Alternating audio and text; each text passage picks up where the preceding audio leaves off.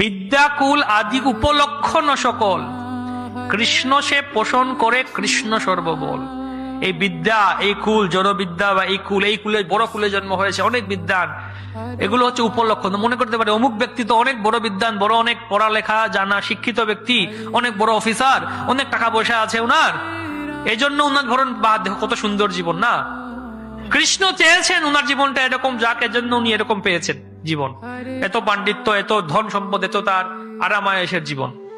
কৃষ্ণ চেয়েছেন, হতো তার সুকৃতি পূর্ণ ছিল, কৃষ্ণ চেয়েছেন এরকম পেয়েছে। কৃষ্ণ সবার পোষণ করেন, কৃষ্ণই হচ্ছেন সর্ববল, সবার বল। কৃষ্ণ সে পোষয়ে সবার, কৃষ্ণ সর্ববল। পড়ালেখার ফলে কিছু হয় না।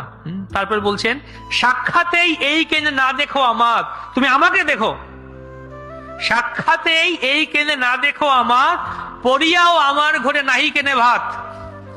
তুমি আমার দিকে তাকাও।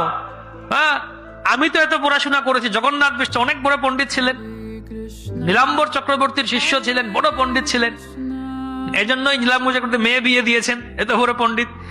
কিন্তু দরিদ্র ব্রাহ্মণ, ব্রাহ্মণ মানে দরিদ্র থাকেন, দারিদ্র প্রিয় ব্রাহ্মণ বলা হচ্ছে, দরিদ্র ব্রাহ্মণ।